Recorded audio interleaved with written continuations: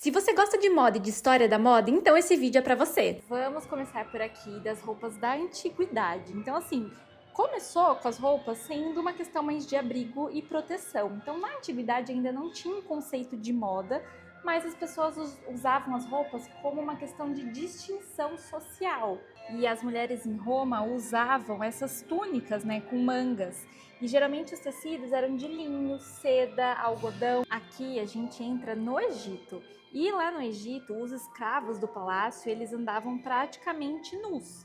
E as roupas, elas serviam até como uma questão de distinção de classe também. E aqui é uma representação dos trajes dos assírios e babilônicos. Eles também tinham o costume de usar túnicas, só que eram túnicas até um pouco mais ajustadas ao corpo, né? E variava muito o comprimento. E aqui são trajes dos persas. E como eles ficavam, né, originalmente numa região montanhosa, que hoje é o atual Turquestão, eles usavam trajes mais quentes. Os gregos, a indumentária grega, ela consistia em 3 peças principais: uma túnica de linho, uma sobreveste de lã e uma capa de lã. E a partir disso, eles foram desenvolvendo várias formas de amarrar cintos, de franzir os tecidos, né, e dar estilos diferentes. E o tecido mais utilizado é um dos tecidos mais antigos do mundo, que é o nosso querido linho. E ele era usado tanto no branco, como também tingido.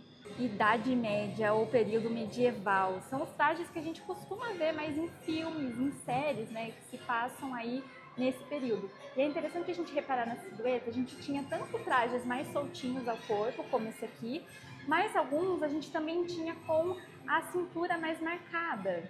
E olha que interessante, esse traje aqui, ele se chama turíbulo. E ele é usado até hoje em missas e procissões. E falando das silhuetas, olha só que interessante. Aqui a gente já percebe aquela marcação bem abaixo do busto, né? A gente tem uma cintura mais para cima, a cintura ela não tá tão no lugar. E aí depois o vestido vem bem amplo aqui para baixo. E é interessante que a gente vê desde os trajes de doméstica, como esse aqui, trajes de uma camponesa medieval, olha só como ele era, até trajes mais assim, de damas, né, da sociedade. E olha os tecidos, gente, eles usavam muito veludo. Esse aqui é um tecido devoré, é um trabalho no tecido como se o tecido fosse devorado, vamos dizer assim, formando esses desenhos aqui. Eram usados muitos tecidos de seda, de veludo e assim uma riqueza de detalhes. E aí a gente chega na Renascença, que foi um período de redescoberta e revalorização das referências culturais, né, da antiguidade clássica. Então a gente tem aqui vestidos mais opulentes, vestidos mais trabalhados. Os tecidos da época, eles eram caros e eles eram elegantes, né? Então se usava muito brocado, veludo, seda, renda.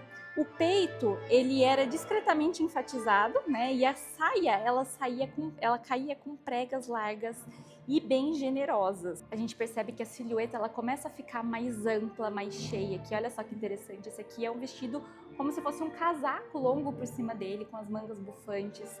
Aqui também, o que me surpreende muito são os detalhes das peças. Então a gente tem assim muitos detalhes de pregas, detalhes de botões, e ao mesmo tempo a gente consegue ver vestes mais simples. Olha, por exemplo, esse aqui é uma doméstica holandesa, e mesmo assim a roupa da doméstica, olha quanto franzido, né? Quanto volume ela carregava. E aqui a gente percebe bem essa estética, né, do corpete com o decote quadrado, as mangas bufantes, os tecidos brocados, né, bem trabalhados. Olha só, eu não sei se dá para vocês verem de perto o trabalho desse tecido aqui. E aí nós chegamos no Iluminismo, que foi um movimento que surgiu na França, né? E que ele tinha como propósito iluminar as trevas em que a sociedade se encontrava. E até por isso que os vestidos eram feitos em tons claros nessa época e com tecidos geralmente de algodão. E percebam essa silhueta de corpete, que ela tá em alta agora de novo. Vocês já repararam que algumas roupas têm esse desenho assim do corpete, que ele sai da cintura, ele vem ali mais para baixo, né, mais justinho, e a saia abre embaixo. Então é bem dessa estética assim, né, desse período iluminista. E os vestidos também bem trabalhados. E tivemos a era napoleônica. Então a classe superior, ela apreciava bons acessórios como luvas, bolsas, véus de renda, flores artificiais, né, para ornamentar os cabelos, as saias. E tivemos também as rainhas francesas, como a Maria Antonieta. Olha a roupa dela. Gente, imagina para sentar com isso daqui, para ir no banheiro fazer um xixi.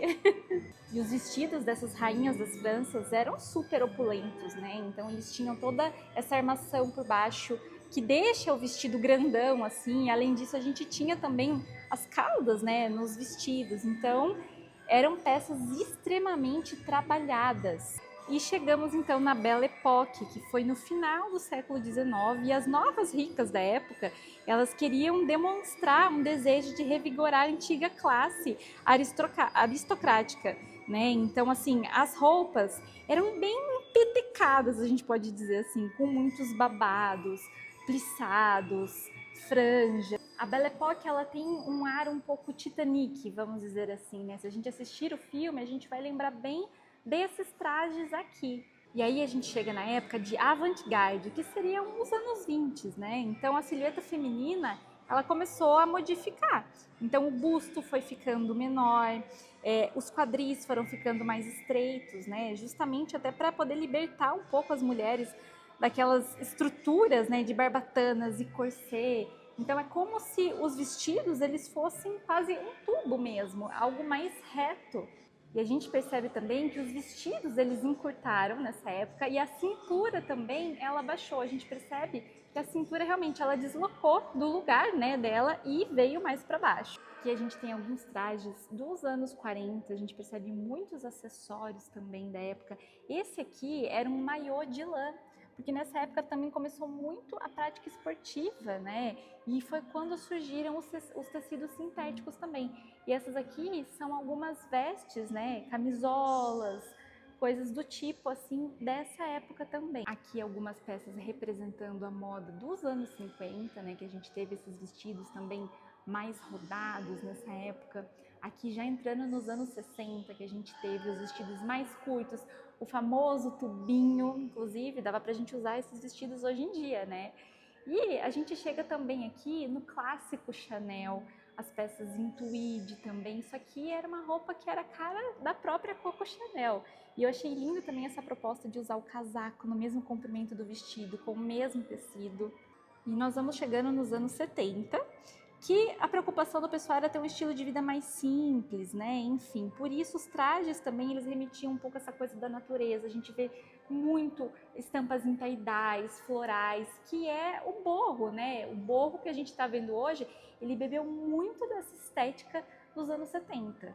E aí viemos para os anos 80 também, uma época muito extravagante. A gente teve até a questão das ombreiras, né? Muito fortes nessa época também. E aqui no museu tem uma parte com réplicas de vestidos usados pela Lady Di, pela Princesa Diana. E olha esse aqui, gente, coisa mais linda. Daria para casar com um vestido desse, né? Eu falo que a Princesa Diana ela foi muito atemporal, tanto nas roupas assim casuais, né, que ela usava muita camisa com jeans e blazer, coisas que a gente usaria facilmente hoje em dia também. Mas até se a gente observar os vestidos de festa dela, são vestidos que a gente conseguiria adaptar para usar hoje em dia também.